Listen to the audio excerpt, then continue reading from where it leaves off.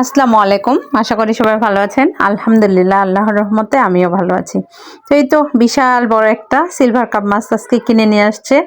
যদিও বা আমাদের পুকুর আছে, বড় বড় মাছ তোলা হয়, তারপরও এত বড় মাছ কিন্তু হয় না আমাদের পুকুরে। তার আগেই পুকুর শুকানো হয়।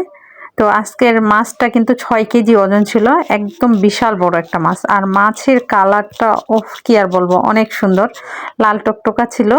তো মনে হচ্ছিল কাঁচাই খাবো, তো যাই হোক মাছ তো আর কাঁচাই খাওয়া যাবে না, রান্না করেই খাবো। তো এই যে মাছটা আমি বেছে নিচ্ছি ভালো মতো, কিন্তু মাছটা আজকের আমি কাটতে পারবো কিনা বলতে পারতেছি না। আমি এত বড় মাছ কখনো কাটিনি, জীবনেও কাটিনি, আজকে প্রথম কাটবো এত বড় মাছ। আসলে এত বড় মাছ খাওয়া হয়েছে ঠিকই, কিন্তু কাটা হয়নি কখনো। তো বিসমিল্লাহ, কাটতেছি, দেখা যাক কি হয়।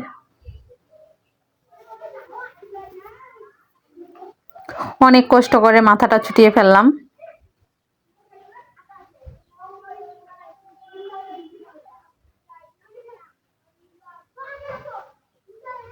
তো যাই হোক, ফাইনাল টাচ আমার শেষ।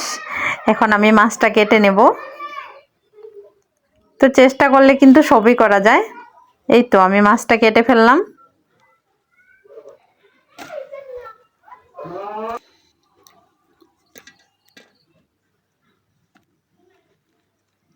তো মাশাআল্লাহ, আমার মাছের কিন্তু অনেকগুলা পিস হয়েছে।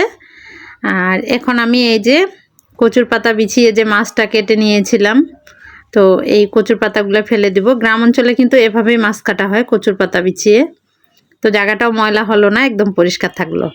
তো এই তো টাটকা মাছ রান্না করার জন্য আমি টাটকা মশলা বেটে নেব শিলপাটার মধ্যে। তার জন্য আমি রসুন আর জিরা মশলা দিয়ে নিয়েছি।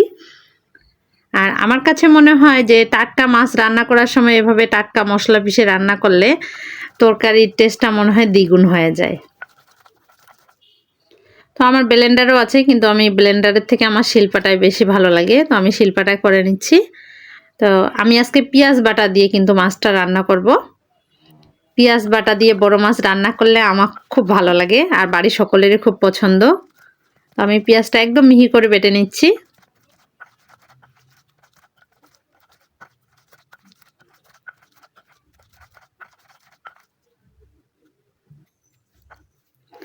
আমার পেঁয়াজ বাটা হয়ে গেছে, তো সম্পূর্ণ মশলা বেটে নেওয়া আমার শেষ। এখন আমি চুলায় চলে যাব।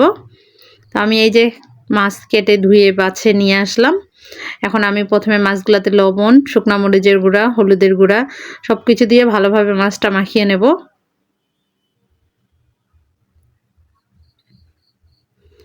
এরপর এই যে কড়াইতে তেল গরম করতে দিয়েছিলাম, এখন একে একে সব মাছ দিয়ে দিচ্ছি। আর মাছটা আমি হালকা ভাজবো, অনেক বেশি আজকে ভাজবো না।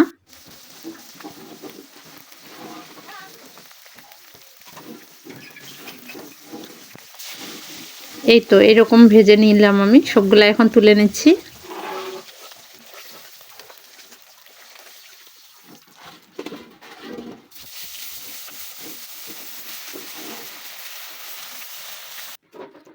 তো আমার সব মাছ ভেজে নেওয়া হয়ে গেছে। এখন আমি ওই তেলের মধ্যেই প্রথমে দিলাম পেঁয়াজ বাটা, এরপরে দিলাম জিরা রসুন বাটা, টমেটো, লবণ, হলুদের গুঁড়া, শুকনা মরিচের গুঁড়া। তো সব মশলা দেওয়া হয়ে গেলে আমি একটু করে পানি দিয়ে ভালো মতো মশলাটা কষিয়ে নেব। মশলাটা ভালো মতো কষাতে হবে, তাহলে তরকারির কালার কিন্তু অনেক সুন্দর আসে। আর চুলার রান্নার তো কালার মাশাআল্লাহ অনেক সুন্দর আসে। তো আমার কষানো হয়ে গেছে, এখন আমি পানি দিয়ে দিলাম প্রথমে, এরপরে যে একে একে সব মাছ ছেড়ে দিচ্ছি।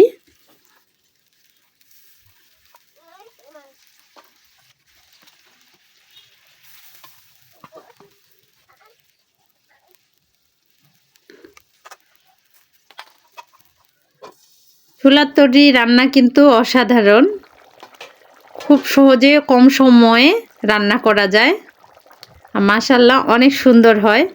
তো আমার রান্নাটা কিন্তু হয়ে আসছে, এই পর্যায়ে আমি কাঁচামরিচ দিয়ে দিলাম, ভাজা মশলার গুঁড়া দিয়ে দিলাম। আর এই মশলাটাতে কিন্তু জিরা আর ধনিয়া আছে, যেটা আমি আগেই গুঁড়ো করে রেখে দিয়েছিলাম। আর দিলাম ধনিয়া পাতা কুচি। তো সব কিছু দিয়ে আমি এখন অল্প কিছুক্ষণ অপেক্ষা করে তরকারিটা নামিয়ে ফেলবো। মাশাআল্লাহ আমার তরকারিটা কিন্তু হয়ে গেছে, এখন আমি নামিয়ে ফেলবো। তো আজকে আর ভিডিওটি বাড়াবো না। যদি আমার ভিডিওটি আপনাদেরকে ভালো লাগে তাহলে অবশ্যই লাইক, কমেন্ট এবং শেয়ার করবেন। এই তো সবাই মিলে এখন খাওয়ার জন্য চলে আসছি। তো মাশাআল্লাহ সবাই কিন্তু খুব ভালো বলতেছিল আজকের রান্নাটা। তো আজকে আর ভিডিওটি বাড়াবো না, এ পর্যন্তই। সবাই ভালো থাকবেন, সুস্থ থাকবেন। আল্লাহ হাফেজ।